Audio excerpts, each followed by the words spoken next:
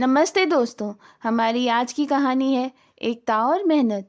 गांव के एक कोने में एक छोटा सा कच्चा घर था जहां रमेश, उसकी पत्नी सीमा और उनके दो बच्चे, बड़ा बेटा राहुल और छोटी बेटी पायल रहते थे।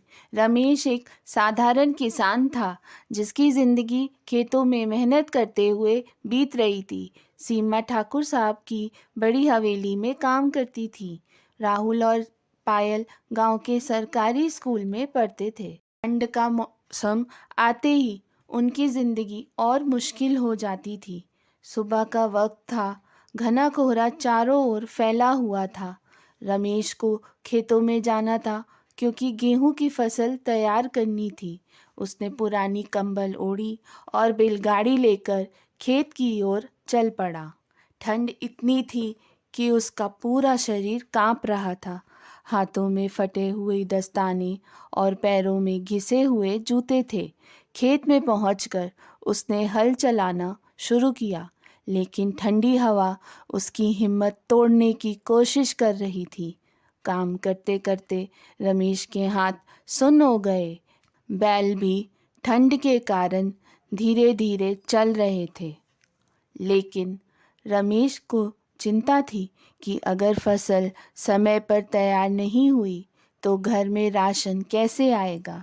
ठंड ने उसकी मेहनत और बढ़ा दी, लेकिन उसने हार नहीं मानी और इसी सोच के साथ वह गेहूं की फसल को काटना शुरू कर देता है। सीमा हर सुबह ठाकुर साहब की हवेली पर काम करने जाती थी और जब उस दिन सुबह सुबह वह काम पर जाने के लिए निकली तो ठंड इतनी तेज थी कि उसका चेहरा लाल पड़ गया।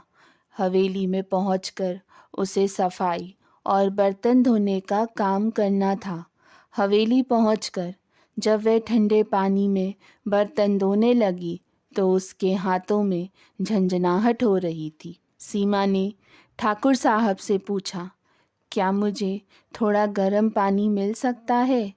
लेकिन ठाकुर साहब की बहू ने ताना मारते हुए कहा, हमारे लिए पानी की बचत ज़रूरी है, अपना काम करो।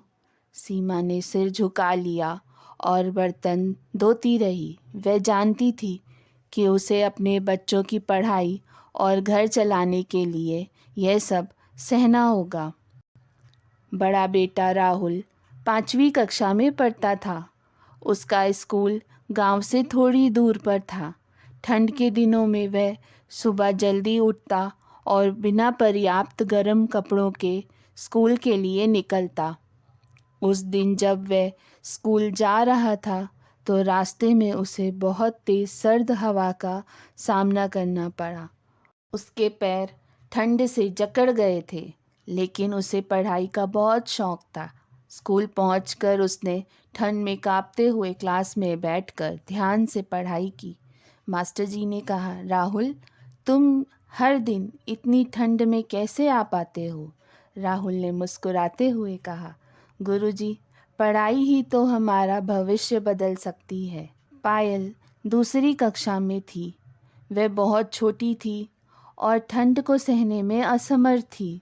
उस दिन स्कूल से लौटते वक्त ठंड और कोहरे के कारण वह रास्ता भूल गई। गांव के लोग अपने अपने घरों में थे और सड़क पर कोई नहीं था। जब रमेश और सीमा को पता चला कि पायल अभी तक घर नहीं पहुंची तो वे घबराकर उसे ढूंढने निकले।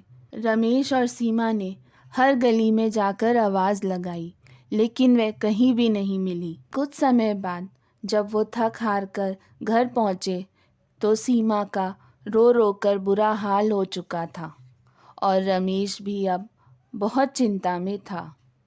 थोड़े समय बाद रमेश फिर से उसे ढूंढने निकला और आखिरकार उसे सड़क किनारे कांपते हुए पाया और घर ले आया।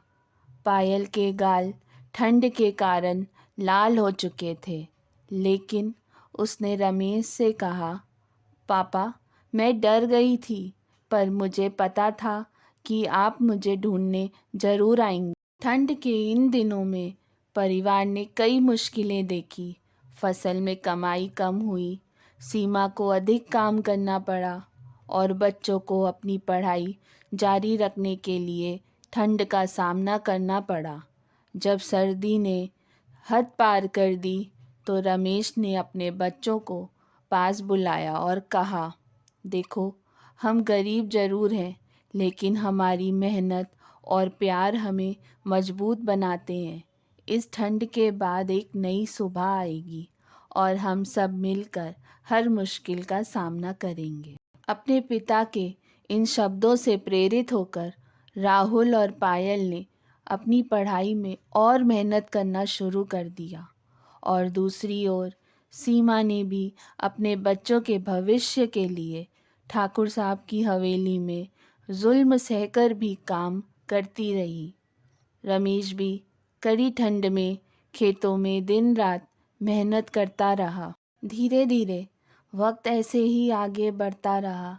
हर साल सर्दियां आती रहीं और हर साल रमेश और सीमा एक नई उम्मीद के साथ अपने बच्चों को साहस देते रहे।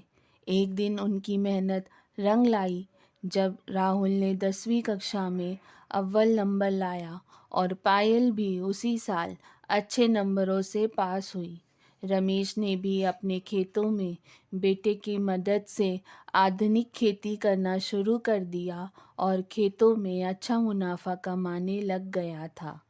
अब सीमा को ठाकुर की हवेली में जाकर काम नहीं करना पड़ता था।